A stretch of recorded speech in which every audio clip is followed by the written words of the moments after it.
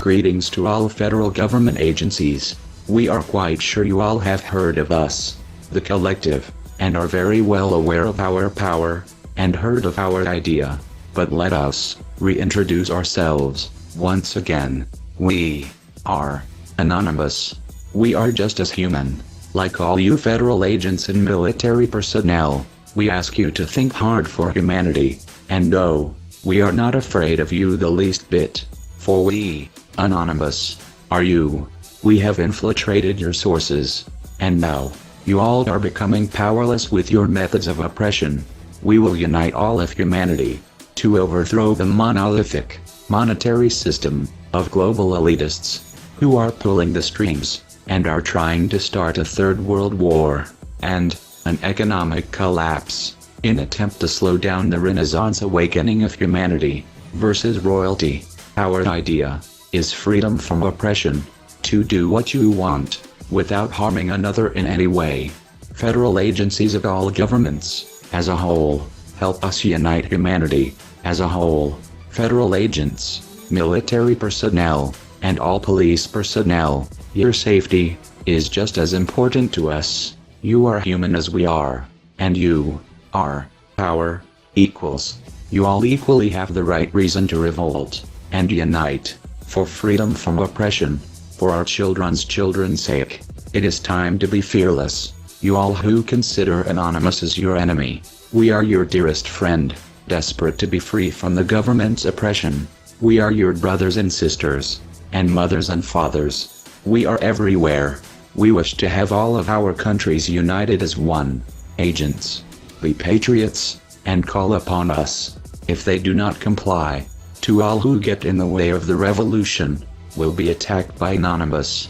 We are responsible for the stock market collapse, the hundreds of government emails exposed, and government cover-up leaks, to the hundreds of government site shutdowns, and in hurting the oppressive, financially making CEOs to resign. We were the power in the Egyptian revolution, literally, forcing Egypt to restart the internet to the world. We are not desperate kids in our mother's basement. We are humanity's heroes, united as one, divided by none. To all global elitists, we declare cyber war on you. We will destroy your lives, just as you destroyed ours. By non-violent means, of course. You cannot jail a revolution. You only jail the revolutionary, which in turn only inspires the revolution. All individuals who help us in this cyber war will be praised. Just remember, in a civil trial, the United States government was in fact guilty of killing Dr. Martin Luther King Jr. We are all part of their depopulation process. Yet, the majority stands divided without knowing. Unite with anonymous brothers and sisters from all over the world. Let us all show them that human lives really does matter.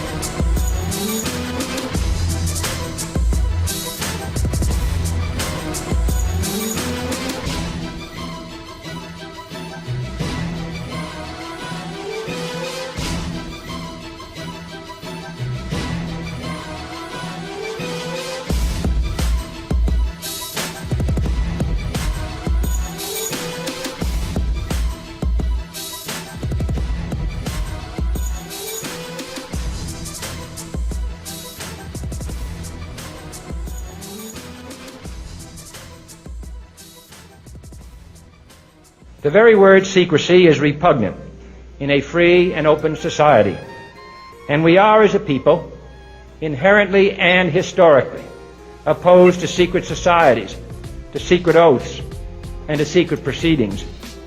We decided long ago that the dangers of excessive and unwarranted concealment of pertinent facts far outweighed the dangers which are cited to justify it.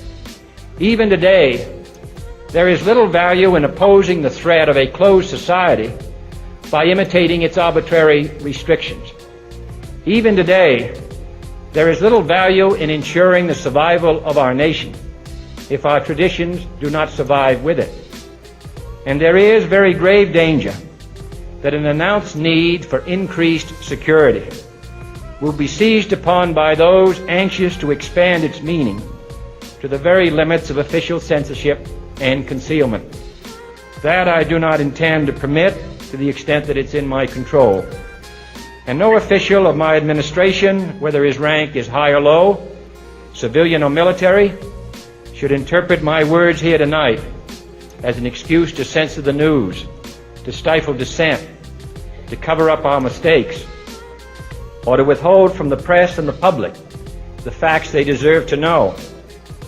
For we are opposed around the world by a monolithic and ruthless conspiracy that relies primarily on covert means for expanding its sphere of influence, on infiltration instead of invasion, on subversion instead of elections, on intimidation instead of free choice, on guerrillas by night instead of armies by day. It is a system which has conscripted vast human and material resources into the building of a tightly knit, highly efficient machine that combines military, diplomatic, intelligence, economic, scientific, and political operations. Its preparations are concealed, not published. Its mistakes are buried, not headlined. Its dissenters are silenced, not praised. No expenditure is questioned, no rumor is printed, no secret is revealed. No president should fear public scrutiny of his program, for from that scrutiny comes understanding, and from that understanding comes support or opposition, and both are necessary. I am not asking your newspapers to support an administration, but I am asking your help in the tremendous task of informing and alerting the American people. For I have complete confidence